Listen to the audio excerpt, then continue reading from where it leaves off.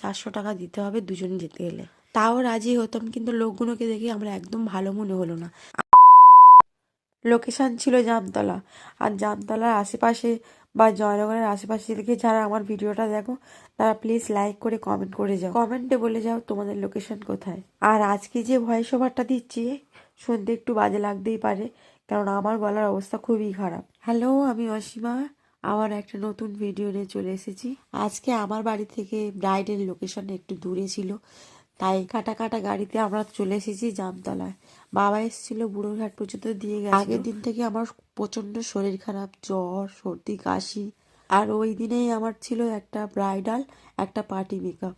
খুব টেনশনের মধ্যে ছিলাম, এতটা শরীর খারাপের মধ্যে কি করব, কি মানে মাথা খারাপ হয়ে সকালে ডাক্তার দেখিয়ে পার্টি মেকআপটা কমপ্লিট করে আমরা বেরিয়ে পড়েছি 2টোর দিকে আর ব্রাইডের বাড়ির উদ্দেশ্যে। জামতলা থেকে মিনিট 15 লাগে ব্রাইডের বাড়ি যেতে। আর সত্যি বলতে এখন যে কথাটা বলছি আমি, এই কথাটা বলতে আমার খুব কষ্ট হচ্ছে।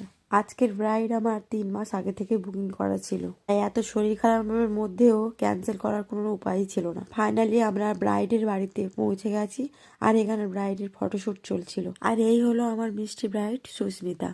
4টের মধ্যে ব্রাইডকে সাজাতে বসিয়ে দিয়েছিলাম, কিন্তু আমরা বাঙালি, রিচুয়ালসের কোনো শেষ নেই। ব্রাইড মাঝে মাঝেই উঠে যাচ্ছিল, কিছু কিছু রিচুয়ালস আছে সেগুলো কমপ্লিট করার জন্য। শাড়ি পরানো অলমোস্ট ডান, এবার আমি হেয়ারটা কমপ্লিট করে নিচ্ছিলাম।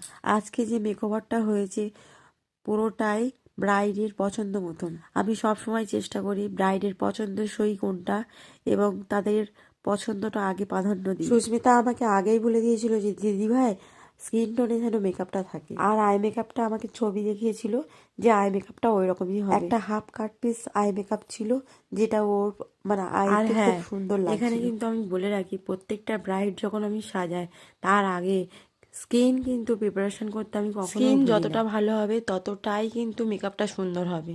এখানে আমি বেস মেকআপটা রেডি করে সেটিং স্প্রে দিয়ে নিলাম। আর হ্যাঁ, আজকের কলকাটা ছিল ওর পছন্দেরই। গাল কলকা একদমই চায়নি, কারণ ওর গালটা খুব চোপা, তাই গাল কলকা একদমই চায়নি। আর কলকার ডিজাইনটা কেমন হয়েছে অবশ্যই কমেন্টে জানিও। কিন্তু মেকআপ অলমোস্ট ডান করে এবার একে একে জুয়েলারিগুলো আমি পরিয়ে দিচ্ছিলাম। যেহেতু আমাদের বাড়িতে ফিরতে হবে, তাই আমরা খুব তাড়াহুড়ো করছিলাম যাতে ঠিক টাইমে আমরা বাস বা অটো যে কোনো একটা ধরে বাড়িতে আসতে পারি। আর ওইখানে ঘটে গেছিলো একটা বিপত্তি, যেটা আমরা কখনোই ভাবতে পারিনি। কি সেটা পরে বলছি, আগে বলো ওভারঅল লুকটা কেমন লাগছে। আর তোমাদের স্পেশাল ডেতে যদি এরকম সুন্দর একটা মেকআপ লুক পেতে চাও তাহলে অবশ্যই আমাকে বুকিং করতে পারো। এবার বলি বিপত্তিটা কি। ব্রাইডের বাড়ি থেকে যখন আমরা বেরিয়েছি তখন